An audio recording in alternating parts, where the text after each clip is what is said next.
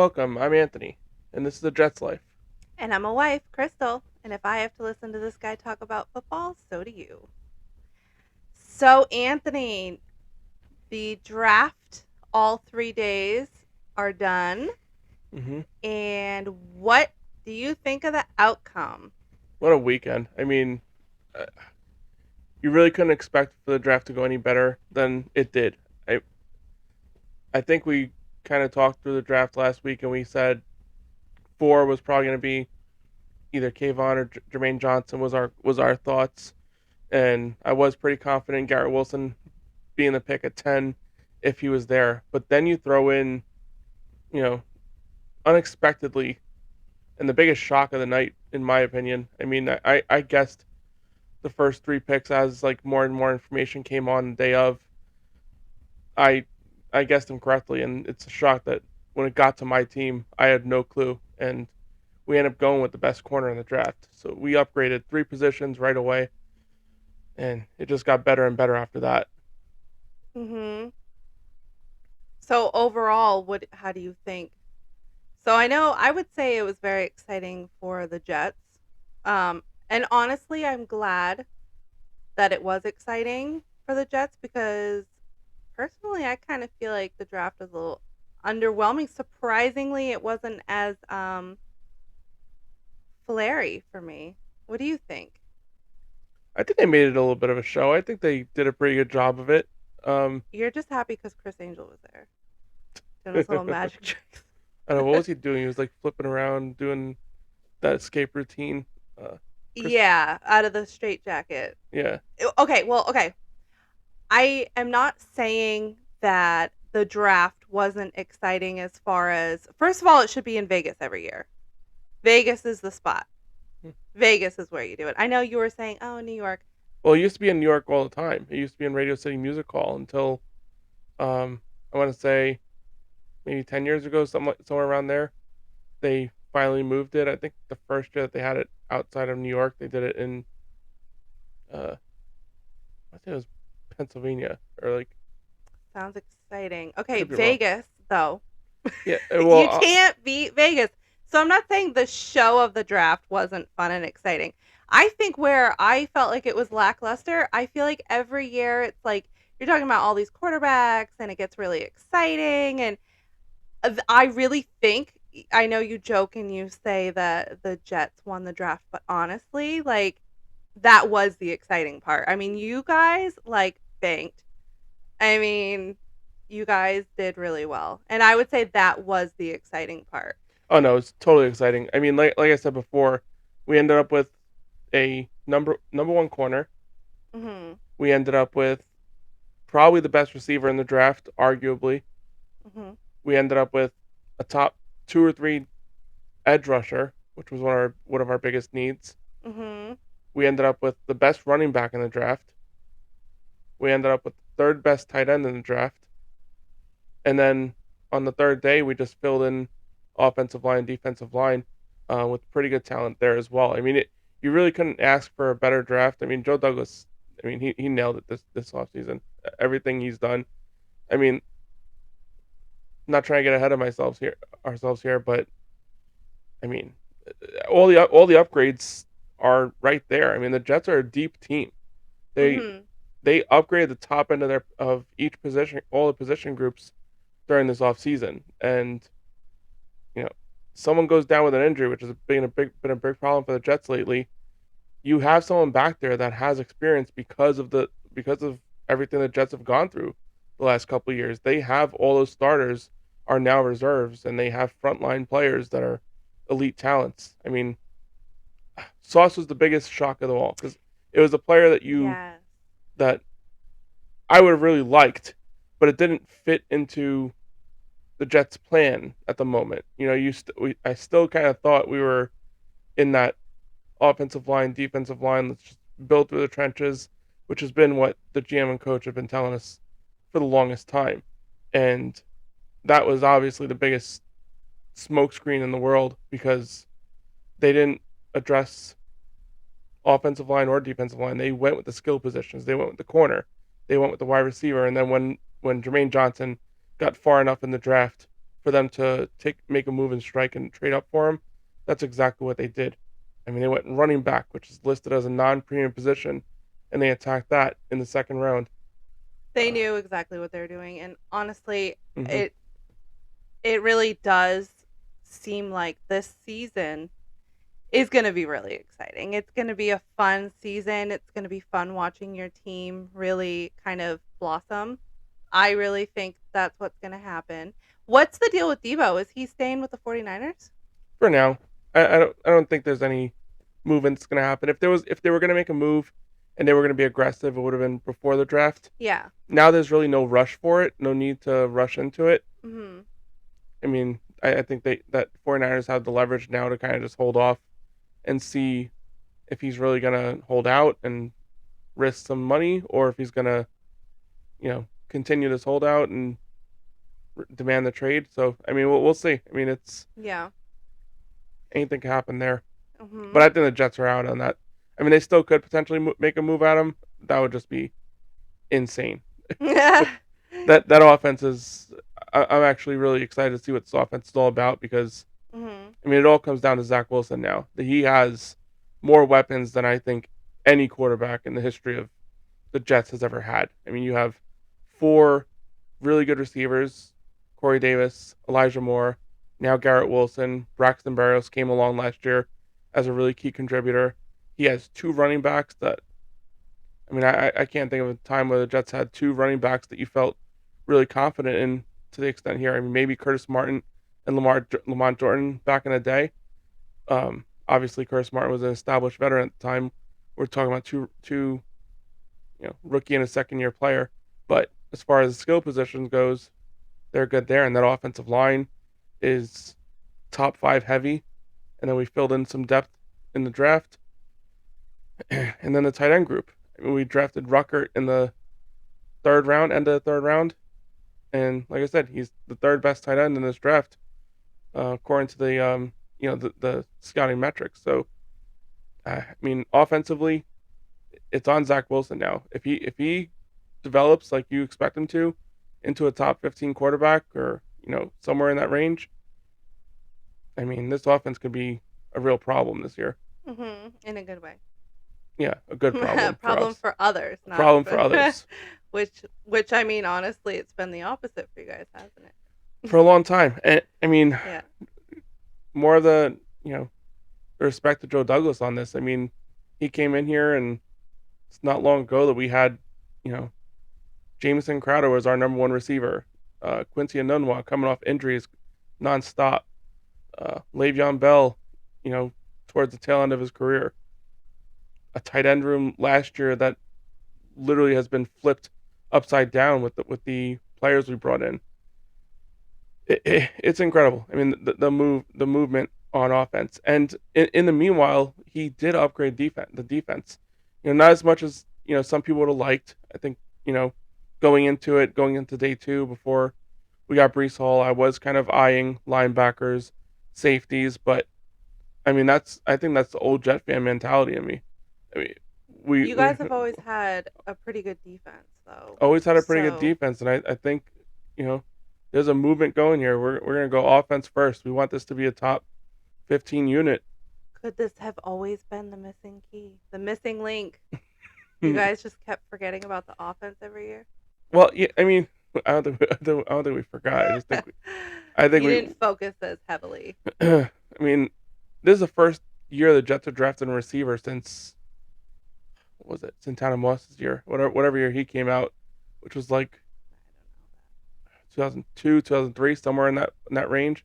This is the NFL. I mean, passing league, and we haven't drafted a receiver since like I said, Since before we met. oh, well before we met. Yeah, for That's sure. crazy.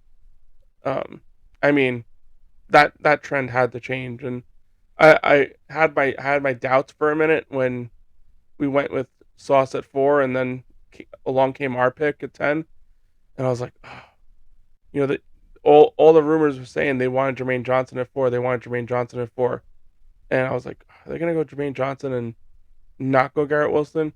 So when they got Garrett Wilson, I was completely pumped, and then going to 26, you see that on the clock, and I'm like, oh wow. Yeah, that was So I missed that because you were Hmm. out having time with your brothers watching, and I was home on my own, and I went to sleep because I was like, oh, okay, nothing. I stayed up for the first Hmm. couple, and then I'm like, okay, I'm kind of over it. And then all of a sudden, all this fun stuff happened. So that was kind of cool. I missed it, but that's okay. Yeah, and it was a complete shock too with Jermaine Johnson too, because Yeah. when we traded up, like, I mean, not saying I completely shifted my focus, but I wasn't as focused on who's available and whatnot because I mean the Jets picked both their players already, and I was like, all right, if we trade up, whatever. I didn't even know Jermaine Johnson was still on the clock until the graphic came up on the side and said best available Jermaine Johnson. I'm like, holy cow! We went from wanting to pick him fourth overall, or what again, which was a smokescreen, but to thinking we were going to get him a fourth overall to much later in the draft at 26 to trade up, and all it cost us was a fifth round pick. I mean, there was some pick swapping, which equated to about a fourth round pick, and all after it's all said and done. But regardless, you got your guy. Go up and get him. It doesn't matter what it costs because we're not in phase one anymore of the rebuild. We're definitely in phase two, where it's all about getting the talent and upgrading this team at every position possible, and that's what happened Very good. Is there um anything that you're disappointed in, or it's all good? in the draft. Yeah. I mean, I wouldn't say disappointed. Like I said, I mean, it would have been nice to upgrade safety and linebacker, but Right. you know, no. We upgraded this offense and gave Zach Wilson every possible tool that he needs to succeed, and you, that's a win in my book. Okay, who was your favorite announcer, if that's what they're called, presenter of the pick? Oh, you're talking I about like the guy who like says who the pick is and stuff. Yeah. Oh, okay. Your top two. Oh, actually, no. You say yours. I'll say mine. Although he did it for the Bills, I mean that energy was kind of exciting when Kyle Brandt came out with the chicken wing and Yeah, that one was his energy is always like you know very pumped up. uh, So he's very interesting to watch. And he's on like morning football, right? I yeah. mean, whew, I He need actually some of the coffee that he's drinking. he actually had a show on this morning and he talked about the Chronicles of the Wing, and that didn't even come from Vegas. That was like an out of state He wing. brought it with him and had it in his pocket and then bit into Mm, it, which food poisoning is mm, would be my main, you know, yeah, I mean concern. he made it this morning, so whatever. Sounds like a Maybe just by eating one, he's fine. yeah. Okay, so my favorite, I wish that I remembered his name, but if I mention him, it it's notable who it is. The boy that was one of the Make a Wish kids, and he came up there, and I think he announced for the Patriots, right? Do you know who I'm talking about?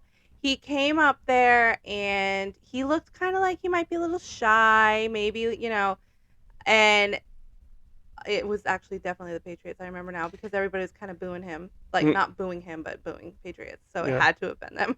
And then all of a sudden he comes out with this voice that's like perfect for for what he was doing. I mean, this guy could have a career. Hmm. Yeah, I think I remember I the one you're need talking about. I wish I knew his name, and I don't think it was the first night. I think it was that it must have been Saturday or Friday night that he was there. I'd have to look up his name, but I mean, this kid just like had the perfect energy, confidence, and had a voice that looked like 10 years older than he probably is. So, I think I remember the person you're talking about. I just can't put a face to it, but I know the one you're talking about. I think we discussed it a little bit. we Another one that did. was really good was the on the first night, the guy that announced the Kayvon Thibodeau pick. Not sure what the situation was there, but Kayvon came on the stage and it was just like it was a like a Giant fan kind of thing, and he's just like super pumped, super Mhm. excited. I mean, that was kind of exciting to see just the How about interaction with the fan. how about the guy that had to have the lady like with her little microphone thing coming out and be like, "You need to hurry Oh up. yeah, Let's move it along." Yep. That was just like I didn't know what to think of that. The poor guy. yeah. He still took his time after Good she for did. him. Good. He didn't care what she was saying. He Good. sped it up. He got through to it, but he Good. still kind of joked around and played, took his time. Good. Um, That's your moment, right? there was another weird one in the with the Colts pick. Is that the one where the kid fell Yeah, he just fell, and like as a joke and it just I wasn't mean, I funny? think so. I don't know what that was about. I never really looked into what happened with that. Mhm. I tried looking it up and seeing what Twitter was saying about it, and nobody was talking about it. Because whatever I was searching, every time I searched like that specific pick and whatever, it would just came up like football stuff. Mhm. So I don't know, but I do feel like taking that moment because what an honor. Could you imagine? I mean, I can imagine you if you were able to go up there and say the pick for the Jets, you would be Mhm. like beside yourself. And to kind of like if they were goofing off like that and kind of, that's a little lame, but they were obviously young and what are you going to do? Yeah, I mean, I did the stupid only way I stuff can as say a that's kid. acceptable is if like he fell on accident and tried making it seem like it was on purpose by playing it off. Yeah, if he fell and it wasn't a joke, I mean, yeah, that they kind of covered it up well because Yeah. I believed that I think it was just like a little setup or whatever that just wasn't funny. Yeah, But I think that was the intention. yeah, Missed opportunity. yeah, it, what are you going to do? But yeah, I would say, those couple days flew by. It's all done and over with, Mhm. but pretty good outcome. Yeah, it was a great weekend overall. I mean, Yeah. the 3 days of the draft, and then the Mets throwing second no hitter in franchise history, first combined no hitter. That's right. Mhm. That's right. That was really entertaining. I mean, that ninth inning was electric. I mean, Edwin Diaz came out there, and that stadium was just you could feel it through the TV. Just like that, being at that stadium must have been Pretty just, wild, oh my god, right? it must have been incredible. Yeah. So Did you hear about the fastest pitch in college baseball? in college baseball, Yeah. So it was the Auburn and Tennessee, I think. mm-mm. Okay, well, first of all, it was like I said the fastest pitch. But I want you to guess how fast it was. I mean, I'm not really familiar with how. What's the fastest in regular baseball, do you know? I It's, don't know that answer, but take a guess on what that is. I mean, I've seen 101, 102 Okay. from time to time. I mean, Okay, this kid, Ben Joyce, pitched a Ben Joyce, 105.5. 105.5. Yeah. Nuts Oof, though, right? that is insane. And you say Right? he's in college? Yeah. Yep. Ben Joyce. That name doesn't ring. Again, I don't really follow college Oh, I don't baseball, either. but This was one of those like random stories I found that I'm like, "Huh?" And I knew that was fast, but I didn't know like what is considered fast, but I knew that, obviously. Cuz whenever I do watch baseball, which is rare-ish, yeah, I'm seeing 96, 95, that's pretty crazy. that is insane. I mean, like I said, I Yeah. mean, I've the highest I've seen, and I'm not saying this means it's the highest, but the highest I've seen in like a MLB game is around 101, 102. But Right? that's like a closer coming in for the ninth inning, and that's about it. They just basically throw as hard as they can for 3 outs, and it is what it is. But I mean, Yeah. do you know if this guy was like a starting pitcher or like was he? Oh, honey, you're getting into Hmm. that's past my I mean, regardless, it's pay grade impressive. here. I'm just trying to. Is he doing that for like 6 innings in a row? Like, and then taking a break, or is he? No, It's got. that was the one. That happened, and that's not. I don't. I know it's the fastest on record now. But if he's clocking 105, that means he can throw that like 100 as a slow pitch. I mean that's. Oh yeah, I would say probably. I don't think it was a fluke. I mean, the Mm-mm. guy's got an arm for sure. No, balls doesn't slip out at 105 miles an hour. No, no, I don't think so. That's insane. Yeah. So, and then another story that I heard out of Virginia, and this one is upsetting. But not so upsetting. But for me as a parent, it makes me feel enraged that something like this would happen. 2 people were shot at a flag football game on Sunday. Yeah, our son plays flag football, and all I'm thinking is imagine. So, can you guess what that was about? What would lead to people getting shot at a flag football game? Oh my god. I don't know. There's a million things I can try and guess. Like someone pissed off at the referee for making a bad call, or It was like. basically people arguing, parents arguing, having issues at a flag football game. I mean, come on. Come on. Mm. So I guess I don't think they had caught the guy that shot whoever, but survived. No one died from it, which is good. But just insane. First of all, I mean, what kind of example are you setting for children? You're playing with children. It's flag football. It's not even tackle. There's no violence in flag football. You don't even see tackling. Now you're seeing shooting. I mean, it's just sickening to me, and it's a shame to see stuff like that. But good story at the end is that I guess police presence, everything was very quick, everything was very handled really well, and it turned out to be fine. That was my next question. So there was police there and like able to kind of get the situation under control pretty quickly, So or the situation was under control pretty quickly. I don't know if police were just like there or nearby or what. There was no details like that. It just was that this one mom put out a message saying thanking the police for their quick action and saying that her children were there and it was really scary but it went quickly. The one guy that they interviewed, his like 11-year-old son, our son's 11. This is what like got my heart. Was there and was pretty shooken up about it, and he was just pretty much saying like, yeah, my kid had to witness this kind of crazy violence. I mean, it's just ridiculous. this world sometimes just goes, I don't know, tilts off its axis or something. I don't know. Something's going on. But yeah, that was another story.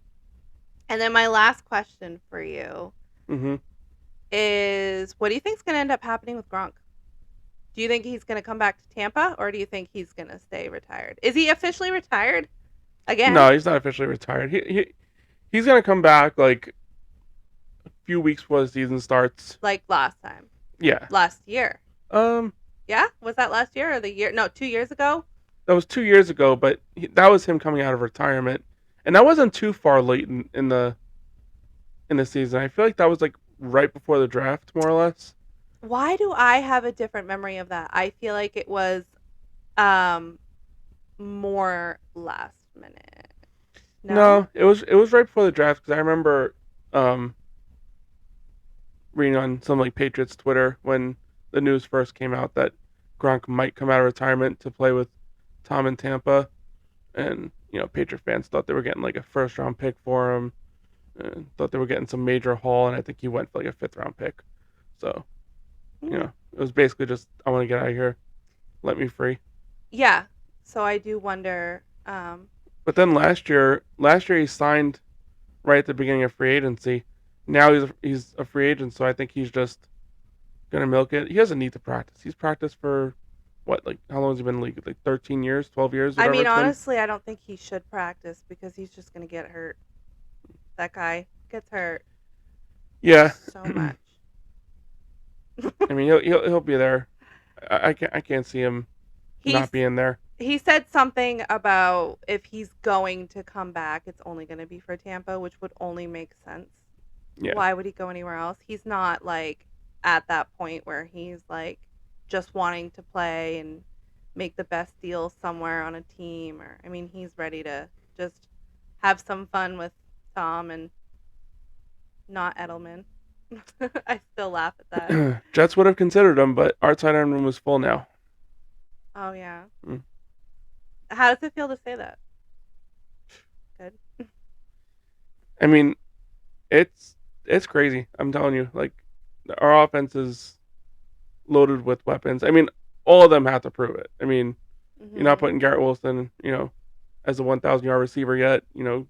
Michael Carter, Brees Hall, none of them have accomplished anything major yet. But I mean, just a lot of speed.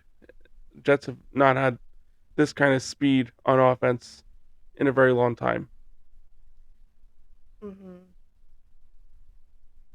You guys are got the speed. I forget what I was just about to ask you about. There was another thing. Oh, how do you feel about the Patriots drafting a quarterback? It was a late round guy. It was just Yeah. They've got Mac now? Patriots. Yeah. Yeah, they still have No, I mean that's their main guy, right? him. Yeah, I mean, Is that not working out very well? It was kind of I wouldn't say underwhelming. that. I mean, he won games last year. I think what the Patriots have to watch out for now is I think you noticed at the end of the year the league started to understand him and notice he doesn't have a big arm. He's not going to beat you by throwing the ball down the field. The way he'll beat you is with accuracy and throwing it short, letting his playmakers do it. The problem is, it worked with Brady, but Brady was just, you know, Brady can throw long too, though. Brady can throw a ball. he can, but not like Patrick Mahomes can throw a football, or not like Patrick Aaron Mahomes, Rodgers yeah. can throw a football. Okay. Um, And Brady can throw it deep, but in an ideal world, Brady's throwing it, that 10 to 15 yard range all day long is kind of his thing. Mhm. Mac, it just seemed like late in the year, things he didn't have that same swagger he had early in the year because teams started to play in the box and try to let him beat him, and he just didn't do it. Mm. But he's still their guy for now. Alrighty. And do you think Aaron Rodgers is happier? I have no idea. I mean, he signed his contract, and according to everything you hear, he signed his contract knowing Devontae wanted out. But you would have thought that maybe if that was the case, that the Packers would do good by him and draft a receiver in the first round, considering they had 2 first-round picks, and they didn't. They ended up drafting one in the second round, which that kind of is the Packers' way. But you have such a small window with Rodgers now. I mean, what's the most he's going to play? Like 2 or 3 more years? He doesn't really have time for. Oh, overhaul. Yeah, he doesn't really have time Yeah. for a receiver to develop because sometimes receivers do take, especially second-round receivers, they do tend to take 1 to 2 years before they get acclimated with the NFL, and then that third year is usually their big blow up year. I mean, look at Debo. Mhm. His first year he was good, he wasn't great. Second year he battled injuries. I think he missed a lot of time, and third year he was just you know best receiver in the league. Mhm. Type of type of mentality. I mean, if I was Rodgers, I wouldn't be proud, but he has Jeopardy to fall back on if anything. All right. Well, there's that. On that note, you want to talk about anything else, or I I mean, mean, the draft. That was the big to do. it was insane. Now I'm Yeah. kind of excited to see what happens here over the next couple of weeks with rookies reporting to minicamp, and you're not going to hear really much about it, but I mean, those Garrett Wilson versus Sauce Gardner one-on-ones in camp, and Right. that's going to be exciting. I mean, September can't come soon enough. I just want to start seeing these guys on the field and see what we really got. But they're going to need as much practice as they can get to get acclimated to what it is, and can't wait. That's right. Alrighty. All right. Well, thank you for joining us for our third episode, and we hope to have you hear from us again. Thank you.